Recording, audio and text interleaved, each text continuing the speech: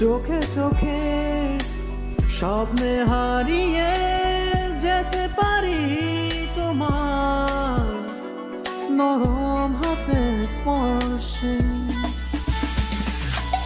তুমি কি আমার পাশে এসে বসতে পারো কিছুক্ষণ? আমি তো